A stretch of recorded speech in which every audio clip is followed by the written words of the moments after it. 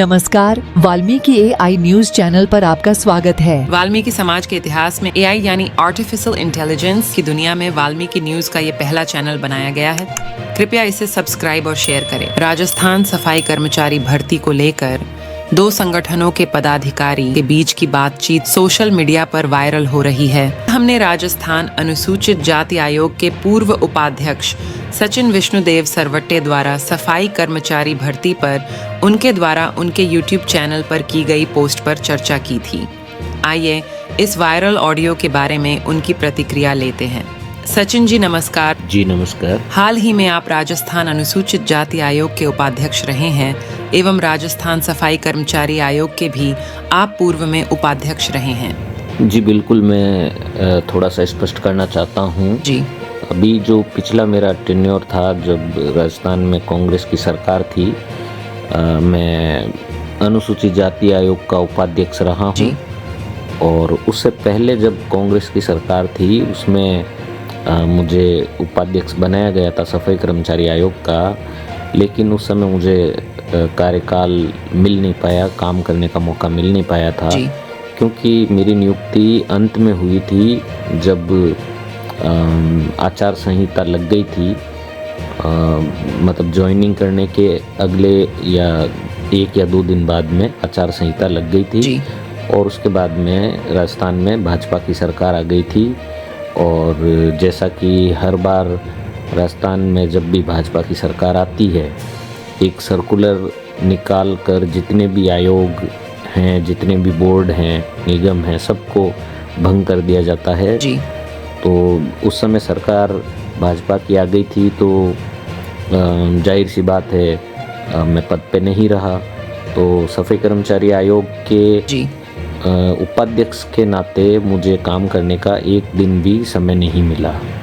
लेकिन हाँ, अनुसूचित जाति आयोग में मेरा कम से कम 1.25 साल का कार्यकाल रहा और उसमें मैंने रात दिन एक करके और विभिन्न विषयों पर अनुसूचित जाति से संबंधित जो समस्याएं हैं उन पर कार्रवाइयाँ की है। उसके रिपोर्ट्स मेरे पास में मौजूद है, जो रिप्लाई आए वो मौजूद है, मेल के माध्यम से, व्हाट्सएप के माध्यम से, हर तरह से जितना हो सके मैंने काम किया है।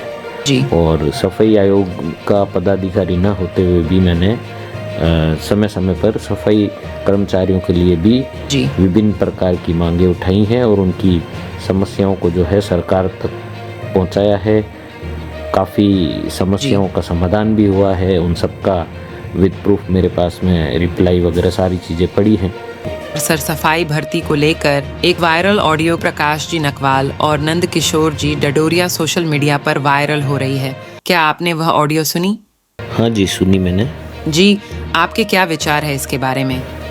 देखिए, दरअसल वो उन दोनों के बीच की बात है, पर चूँकि सफाई कर्मचारी भर्ती का मुद्दा है और उस ऑडियो में नकवाल जी ने शायद कोई ऐसा ज्ञापन दिया है जिससे लॉटरी द्वारा भर्ती करने की बात कही गई है। और नंद किशोर जी ने इसका विरोध करते हुए उस ऑडियो में ये कहा है कि हम मस्ट्रोल के माध्यम से भर्ती कराना चाहते थे। तो ऐसा कुछ उनके बीच में वार्तालाप हो रही है। अच्छा, आपकी क्या राय है? व्यक्तिगत तौर पे मैं मेरे निजी विचार अगर रखना चाहूँ तो मैं ये कहना चाहता हूँ कि जो विधवा है, विकलांग है, डाइवोर्सी है, तलाकशुदा महिलाएं हैं, या जो सीवरेज टैंक में जिन कर्मचारियों की मृत्यु हो गई है, चाहे वो प्राइवेट हो चाहे वो सरकारी कर्मचारी हो, ऐसे मृतकों के परिजनों में से उनके आश्रितों को किसी एक को या एक से अधिक हो सके तो उनके परिवार में से ज़रूर इसमें लेना चाहिए। या कोर्ट केसेस के मैटर हैं जो जिनाइन है, जिनके केसेस जिनाइन है, कोर्ट केसेस में किसी कारणवश उनका चयन नहीं हो पाया है, विधवा है, विकलांग है, तलाकशुदा महिलाएं हैं, उन लोगों को तो प्रथम दृष्टया उनको प्राथमिकता मिलनी ही चाहिए और उनका तो सीधा चयन होना चाहिए, मेरा ये कहना है। जी, किस आधार पर? कुछ 2000 12 के भी केसेस, 18 के भी केसेस पेंडिंग हैं मेरे पास में। प्रकरण आते रहते हैं जी।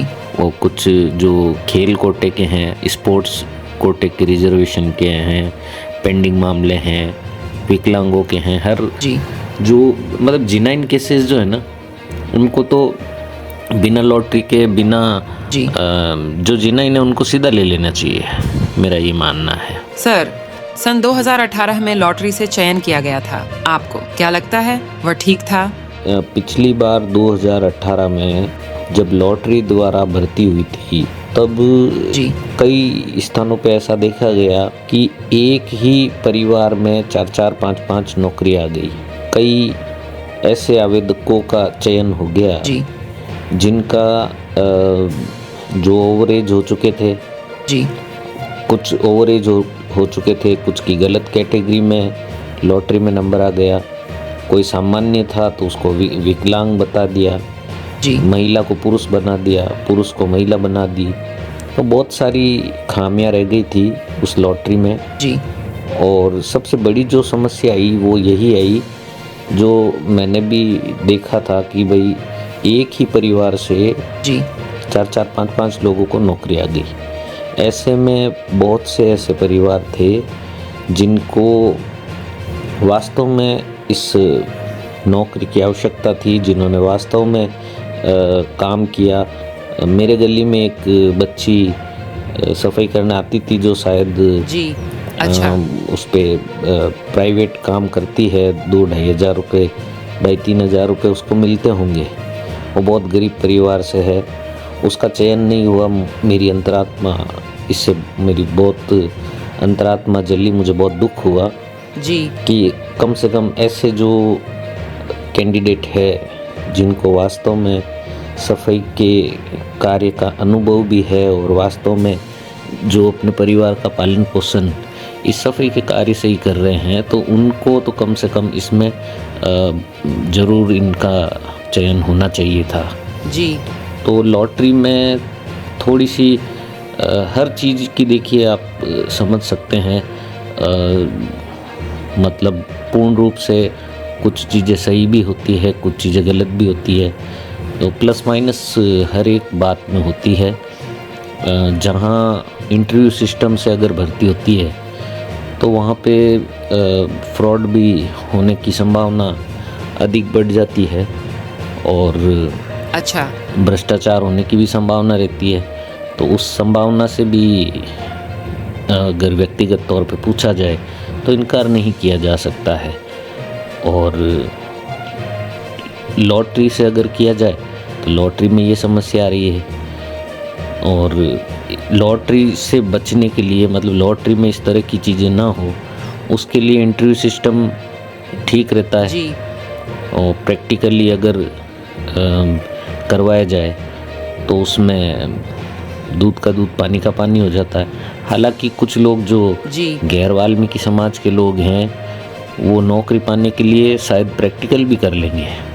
जब उनसे प्रैक्टिकली नाले में उतरवाया जाए या गंदगी साफ़ करवाई जाए तो हो सकता है कि वो काम नौकरी पाने के लिए कर लेंगे। लेकिन अधिकतर ये देखने में आया है कि ये लोग जी नौकरी में नियुक्त हो जाते हैं लेकिन बाद में ये लोग काम करते नहीं हैं और अपनी प्रशासनिक पावर लगा के या जी। राजनीतिक अच्छा।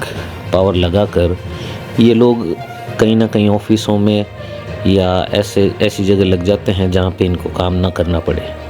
और फिर जैसे ही 2 साल गुजरते हैं ये फिर राजनीतिक अप्रोच लगा के या प्रशासनिक अप्रोच लगा के अपने स्थान पर ये वापस चले जाते हैं, जी। ट्रांसफ़र करवा लेते हैं। तो बहुत स्थिति खराब है।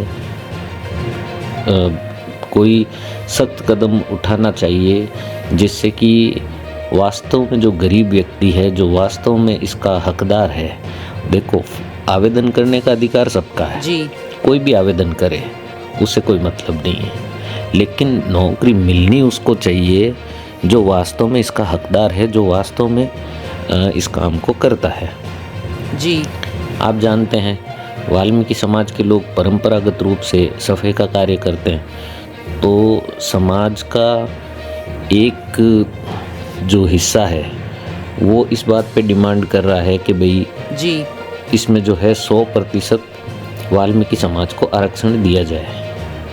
अब कुछ बुद्धिजीवियों का ये कहना है कि संवैधानिक दृष्टि से रिजर्वेशन के इस सिस्टम को पूरा किया नहीं जा सकता है, क्योंकि जी संविधान ने जो रिजर्वेशन का सिस्टम बना रखा है उसमें एक सिस्टम है कि भाई अनुसूचित जाति के लिए कितना आरक्षण है, ओबीसी के लिए कितना है, एसटी के लिए कितना है, जनरल के लिए कैसे क्या है, वो सारा संवैधानिक दृष्टि से तय किया गया है।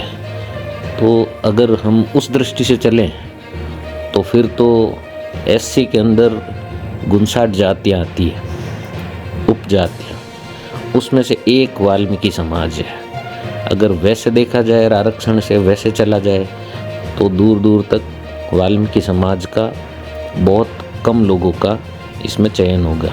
जी तो इसीलिए सरकार को कुछ ऐसा नियम या ऐसा परिपत्र निकालना चाहिए, जैसा कि जब कांग्रेस की सरकार थी उस समय उस परिपत्र में वाल्मीकि समाज को प्राथमिकता देने की बात कही गई थी। तो प्राथमिकता देने के जब प्राथमिकता के हिसाब से अगर लिया जाए तो जाहिर सी बात है प्राथमिकता जो चयन करता है वो अपने हिसाब से किसी को भी दे सकता है, जो कि वास्तव में सफाई का कार्य करता है, तो वो स्वविवेक पे निर्भर करता है। तो प्राथमिकता के आधार पे अगर भर्ती की जाए तो हो सकता है कि 100% ना हो, लेकिन जी काफ़ी हद तक, काफ़ी प्रतिशत तक वाल्मीकि समाज का इसमें चयन हो सकता है। लेकिन सर, क्या प्राथमिकता देने या संवैधानिक आरक्षण के विरुद्ध जाना सही रहेगा? आपका इस पे क्या कहना है? देखिए, भाजपा पूर्ण बहुमत में है और पूर्ण बहुमत में रहते इन्होंने धारा 370 हटाई है, राम मंदिर का अगर समाधान किया है जैसा कि ये लोग प्रचारित करते हैं, और वाल्मीकि समाज के नाम से, वाल्मीकि जी के नाम पे एक एयरपोर्ट का नामकरण किया है, ऐसा सोशल मीडिया पे देखा जाता है।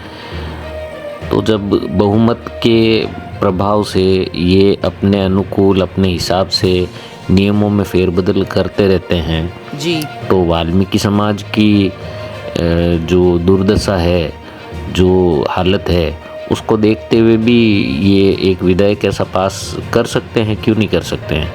ऐसे नियम क्यों नहीं बना सकते हैं? मैं व्यक्तिगत तौर पे कह रहा हूँ ये बात को।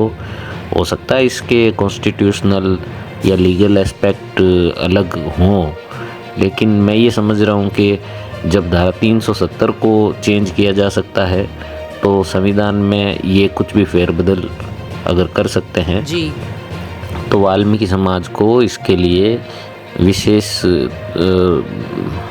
आरक्षण इनको देने के लिए कोई विधेयक बनाना चाहिए और उसे पास करना चाहिए। जी अच्छा फिर राजस्थान में अभी भाजपा पूर्ण बहुमत में है, पूर्ण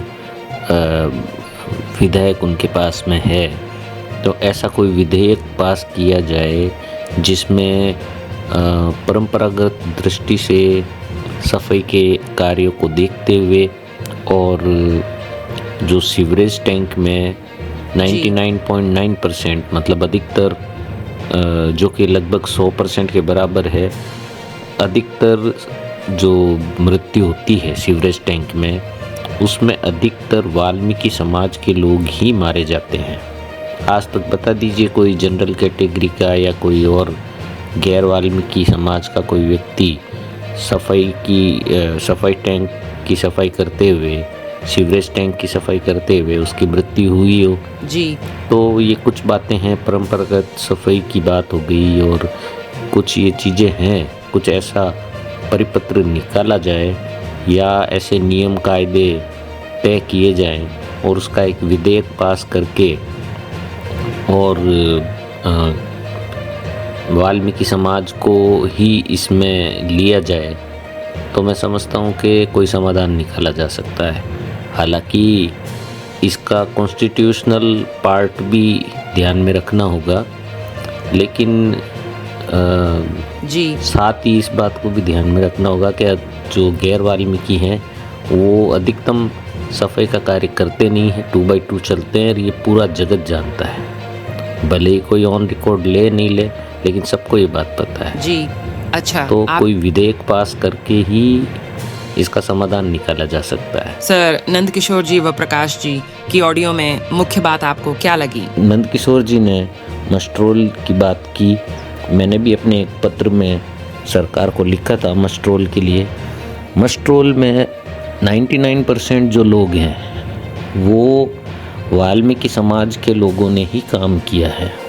तो जी। मस्ट्रोल में जो हाजिरियां हुई हैं उनकी, तो मस्ट्रोल के आधार पे लेते हैं तो उसमें भी काफ़ी हद तक वाल्मीकि समाज के लोगों का चयन होगा।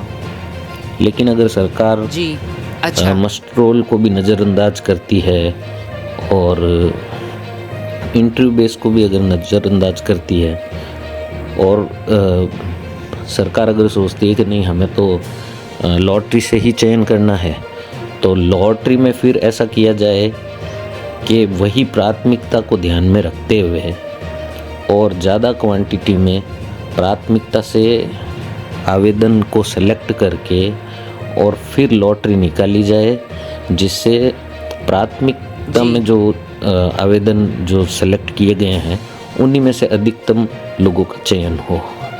साथ ही इस तरह से आवेदन नहीं लिए जाएं कि जैसे कंटिन्यूस है।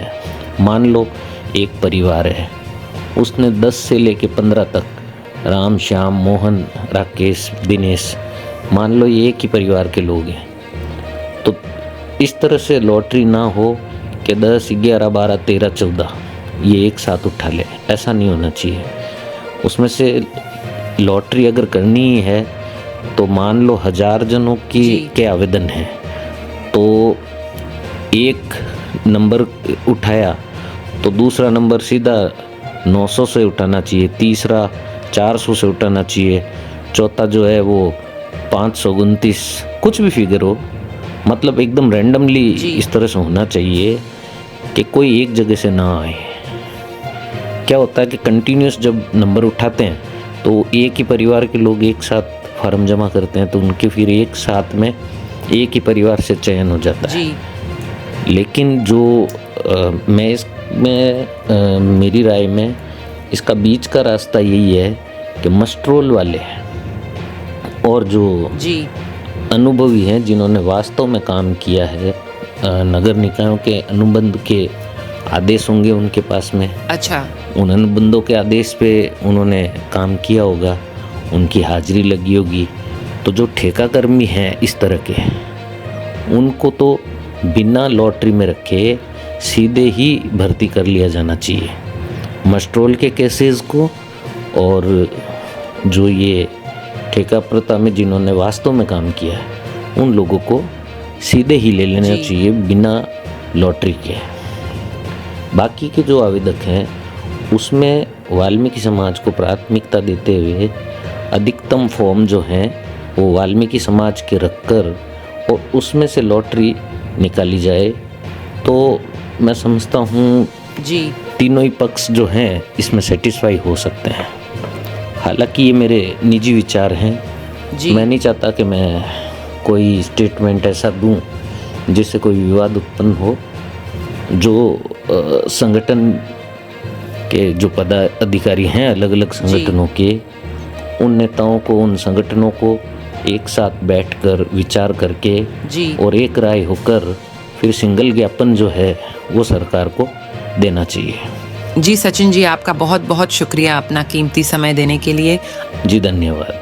पर आपसे विभिन्न मुद्दों पर बातचीत जारी रहेगी। जी ज़रूर ज़रूर, शुक्रिया। दोस्तों, आपसे निवेदन है कि इस विषय पर कृपया हमारे चैनल पर उपलब्ध इस वीडियो के नीचे कमेंट करके बताएं। साथ ही आपसे निवेदन है कि यदि आप अपने क्षेत्र की कोई न्यूज़ हमारे चैनल पर प्रसारित करना चाहे तो उसे टेक्स्ट फॉर्मेट में हमें स्क्रीन पर दिखाए जा रहे हमारे ईमेल आईडी पर भिजवाएं। एक निवेदन आपसे और है कि यह चैनल आप लोगों के सहयोग से ही आगे बढ़ पाएगा और इसमें सहयोग करने के लिए आपको बस इसे सब्सक्राइब करना है और ज़्यादा से ज़्यादा शेयर करना है, ताकि राजस्थान या भारत ही नहीं बल्कि विश्व भर के वाल्मीकि अनुसूचित जाति समाज से जुड़ी खबरें आपको हमारे चैनल के माध्यम से मिल सके। हालांकि इस चैनल पर सभी तरह की न्यूज़ दिखाने का प्रयास किया जाएगा, किंतु प्रमुख रूप से इसे वाल्मीकि अनुसूचित जाति समाज को ध्यान में रखकर बनाया गया है। बहुत बहुत शुक्रिया हमारे साथ न्यूज़ में बने रहने के लिए। धन्यवाद। आपका दिन मंगलमय हो।